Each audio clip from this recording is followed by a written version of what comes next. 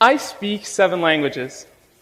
And as soon as people find out about that, what I'm most often asked, other than for my phone number, is how did you do it?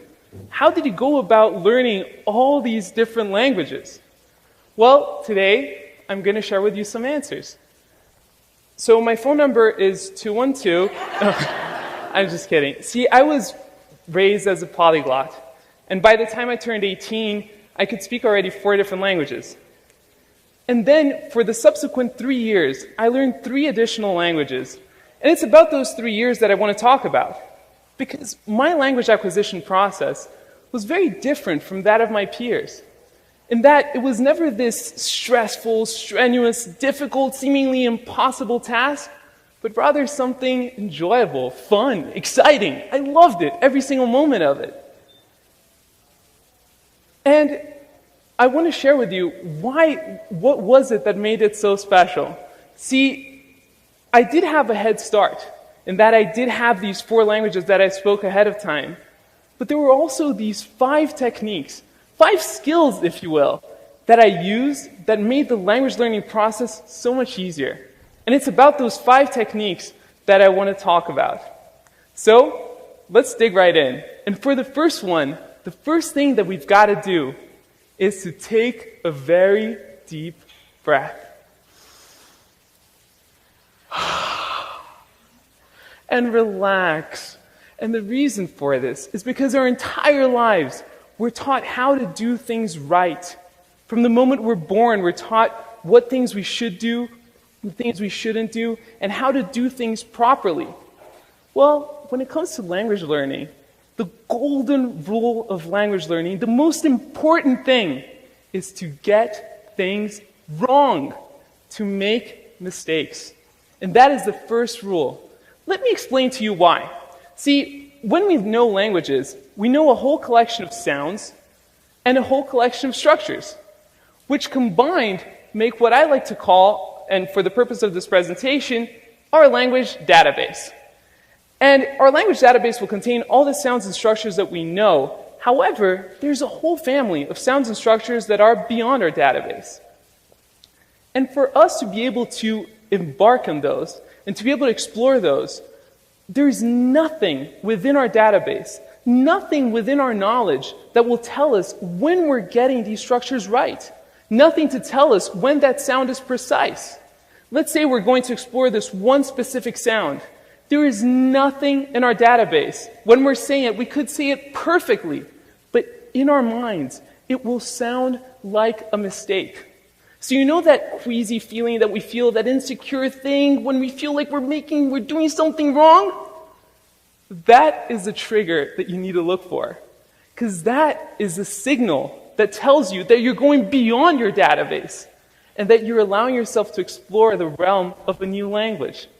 Let me show you how this works in practice. So let's say we're going to go and learn the word door in Spanish. So the word door in Spanish is puerta. So for puerta, we've got a few sounds that exist in English. So the pu, e, and the ta. However, when it comes to the r, that sound is not in our database. The rrr, the rolled r, does not exist in the English sound database. And it's a little bit on the outside. So if we allowed ourselves to bridge through our database and to really break through and to make the mistake, we could make sounds like the rrr. But instead, what sometimes happens is that we get the closest relative of it that is within the database, and that is the r sound. And that r sound makes something that sounds like puerta, which doesn't mean a thing in Spanish. It actually doesn't sound too charming, and it doesn't tell you too much. So for the first technique, allow yourself to make that mistake so that sounds like puerta can come out. And now let's go to the second one. For the second one, I'm going to need some of your collaboration. We are going to read these 4 beautiful words, and on the count of 3. So let's start with the first one. On the count of 3. 1, 2, 3. Mao. Perfect. The second one. 1, 2, 3. Perfect. Third one. 1, 2, 3. Perfect. And the third one. The fourth one. 1, 2, 3. Let me show you what happened when we did this. We get these 4 words, and we put them through a sort of American English filter, and we get something that looks kind of like this. And I'll tell you the results of that. So for the first one, mão, which means hand in Portuguese, we put it through the filter, we get mau. For the second one, we get coco, which is coconut in Portuguese, or cocô, which means poop. We put it through the filter and we get a warm cup of cocoa. And for the fourth one, we have huo, which means fire in Chinese. And we get, if you're feeling really creative, maybe a dude doing karate. But anyways, they don't tell you much about how these things are pronounced. And if you think it's only one way, only if you're going from English to a different language, think about non-native speakers and try to explain to them that this is pronounced though, and that this is pronounced thought, and that even though they look almost identical, they have nothing to do with one another. Or try to explain to them that this is enough and that this is just simply wrong. See, there is nothing useful about using that foreign alphabet when you're trying to learn the language. Why? Because it will give you wrong signals. So what is the second technique? Scrap it. Scrap the foreign alphabet. Let me give you an alternative of how you can go about this. This is a Brazilian currency, and it's spelled like this. So on the count of 3, can we all say the name of this currency? 1, 2, 3. Yeah. We have some people who know the spelling. Yeah, real for the most part. And as useful as this might seem, it doesn't tell you a single thing. And when you're speaking Portuguese, real means nothing. Let me give you an alternative. See, in Portuguese, the way that you say real is real. So let me teach you how to say it. So on the count of 3, let's say he. So it's he, but without the e sound. So 1, 2, 3, he. Perfect. And now let's say ow. It's like ouch, but without the ch sound. So it's ow. 1, 2, 3. Perfect. So he. Ow. He. Ow. He. Ow. He. Ow. He. Ow. Perfect. Now you all sound like passionate Brazilian capitalists. And so why would we go and use something that looks like this, that looks real, when instead you can use something that looks like this and gives you so much more information about how to say something in a foreign language? And that puts us in a really good spot, because at this point we allowed ourselves to break through our database and to make mistakes, to go into that uncharted territory of a new language. And then we figured out how to take notation in a way that the information is actually meaningful. But then how can we test it? And that's where technique number 3 comes in. Technique number 3 is about finding a stickler. So finding someone who's detail-oriented and who won't let you get away with the mistakes. And more than finding someone who's really that person, the guru for the language, it's more about establishing the right sort of relationship. Relationship with someone where they will correct you. They'll feel comfortable correcting you and making sure that you're getting to that spot you wanted in the language. But at the same time, someone who will encourage you to get things wrong and to make those mistakes in the first place. And sticklers could be your teacher, it could be your tutor, it could be a friend, it could be someone on Skype or Craigslist. It doesn't matter. You can find sticklers all over the place, and with technology, it becomes a lot easier to find them. And then it's time to practice. And for practicing, we've got the 4th technique. See, I always thought I had this thing that was a little bit of a Sid craziness that I did, and then I realized how useful it was.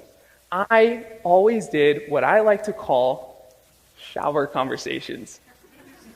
And shower conversations are exactly what they sound like. When I was learning a new language, I would stay in the shower for a few minutes, and I remember having all these discussions. I remember when I was learning Chinese, and I would haggle and try to get 2 yuan more to get that wonderful dumpling and getting the discount. Or I would go to Roma and I would ask for directions to the best piazza. It was amazing.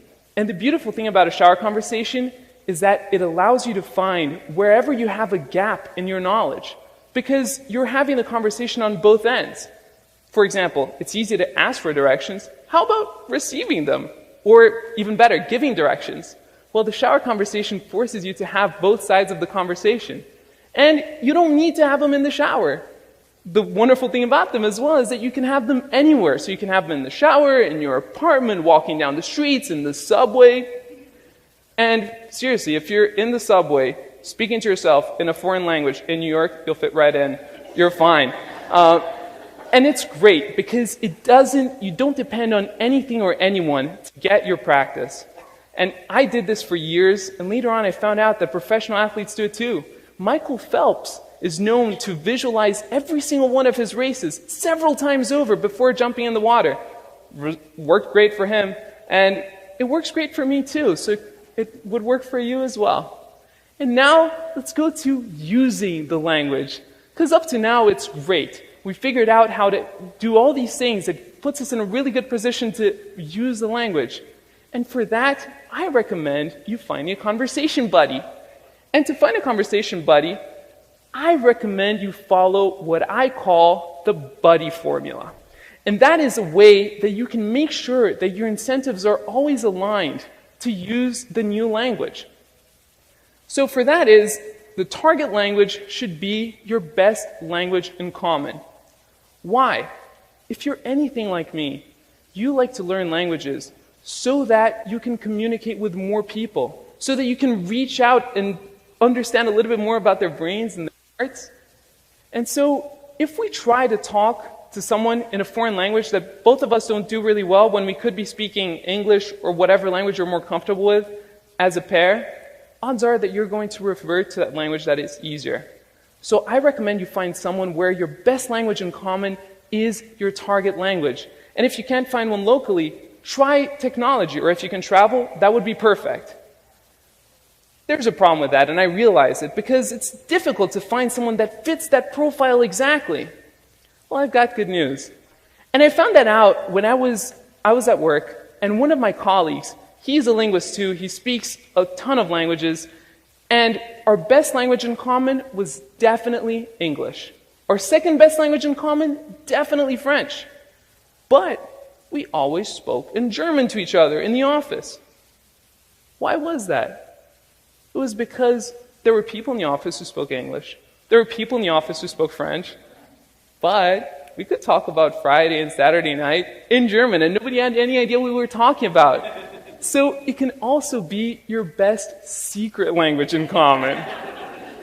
And it becomes such a convenient tool. You can have that with your friends, and you get a sense of privacy in public. No matter where you are, you can have a private conversation. So let's recap. With the first technique, we allow ourselves to break through the barrier of language and to explore the uncharted territory of sounds and structures outside our database. Then with the second one, we learn how to take notes and how to make sure that we can take notes in a way that we can replicate those sounds and structures later. Then we can check the mistakes by finding a stickler. Fourth, practice. Have your shower conversations wherever you want to be. And then follow the buddy formula, and you can find someone to practice your language with. And after that, arriviamo a un posto veramente bello, wo Fremdsprachen lernen nicht mehr etwas langweilig, schwierig und stressig ist, pero un mundo de posibilidades, donde tenemos la oportunidad de explorar de nouvelles cultures e toutes les différentes manières de vivre. E o mais gratificante é que com isso aprendemos mais sobre nós mesmos. Prosto paron, porina kujete sanelinikas sas, ala den simeni otiden borite natamatete. 千里之行，始于足下。没问题，因为现在你们都可以走。Thank you.